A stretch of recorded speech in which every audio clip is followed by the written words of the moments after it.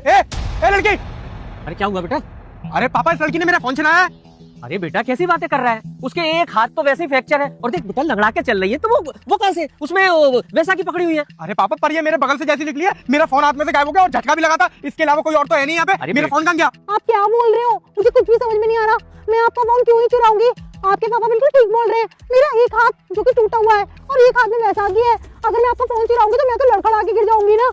अरे भैया, मैंने कुछ नहीं चुराया। मेरा एक बहुत भयंकर एक्सीडेंट हुआ है जिससे मैंने अपने हाथ को तोड़वा लिया और अपनी टांग भी तोड़वा ली है। अरे मैडम देखिए, आप ही मेरे बगल से निकले तभी मेरा फोन हाथ में से गायब हुआ है। अगर फोन मेरा यहीं गिरता तो यहीं कहीं होता ना। मेरे हाथ में पापा बहुत कर्रा झटका आया था, इन्होंने मेरा फोन लिया है। बेटा मुझे देखकर इग्नोर मत करना, मैं दुर्गा माता हूँ। आज तुम्हारे घर 2 घंटे में खुशखबरी आने वाली है। बस तुम वीडियो को लाइक करके चैनल को सब्सक्राइब कर दो और जाते जाते कमेंट बॉक्स में जय माता दी लिख देना। अरे बेटा देख ले, कहीं वहीं कहीं तो नहीं गिर गया? तू यहाँ कहीं देख ले बेटा। अंकल, आप तो पुलिस वाले हो, आप तो समझदार हो। आप ही बताओ मेरे पास कहाँ से होगा फोन? एक तो मैं वैसी हालातों की मारी हूँ। मैं आगे ही जा रही थी, कुछ दूर जाके ना कैब वाला मिलेगा मेरा, वो मुझे हॉस्पिटल लेके जाएगा। क्या नाम है तेरा लड़की? मेरा नाम नेहा। नेहा। नेहा क्या करती है? मैं अंकल वो क्या कहते हैं, जॉब करती हूँ कॉल सेंटर में। अरे सही सही बता, तू तेरी जबान लड़खड़ा रही है, इसका मतलब तूने लिया तो नहीं है? अंकल मैं इसलिए नहीं बता रही थी क्योंकि मेरे पापा ने ना मना किया है कि तू कॉल सेंटर में जॉब नहीं करेगी। और मेरे पापा ना बहुत जान पहचान वाले लोग हैं, उनकी ना हर किसी से निकल आती है जान पहचान, इसलिए नहीं बता रही थी। मैं कॉल सेंटर में जॉब करती हूँ। मैं बस पापा बस, इसका नाम नेहा है ना, इसको नेहा धूपिया की तरह धूप में जला देंगे हम, क्योंकि हमें मालूम पड़ गई है कि आखिरकार इस रोड पे ये सारी वारदातें होती कैसी थी। आप बिल्कुल सही बोल रहे थे कि तेरे दोस्तों का जो फोन चोरी हुआ है ना, वो किसी न किसी गिरोह के थ्रू हुआ है। और मैं आपकी बात नहीं मान रहा था कि नहीं पापा वो नशेबाज है, फोन गिराए आते हैं और बोलते फोन नहीं मिल रहा, फोन नहीं मिल रहा। आज मुझे मालूम पड़ी है कि मेरे दोस्तों ने कोई नशा नहीं किया था। ये लड़की जब भी हमारे बगल से निकलती थी तभी फोन गायब होते थे। और ये चीज के बारे में मैंने पापा को बताया था। पापा ने कही थी चल बेटा आज मैं तेरे साथ में चलता हूँ, तू वैसे ही फोन पकड़ी हो जैसे तेरे दोस्तों ने फोन पकड़ रखा था। क्या बोल रहे हो आप? मैं आपके बगल से कब निकली? और मैं तो आपको जानती भी नहीं हूँ। फोन से करो कैसा करो? अरे बेटा अब तुझे हम सही सही बात बताते हैं।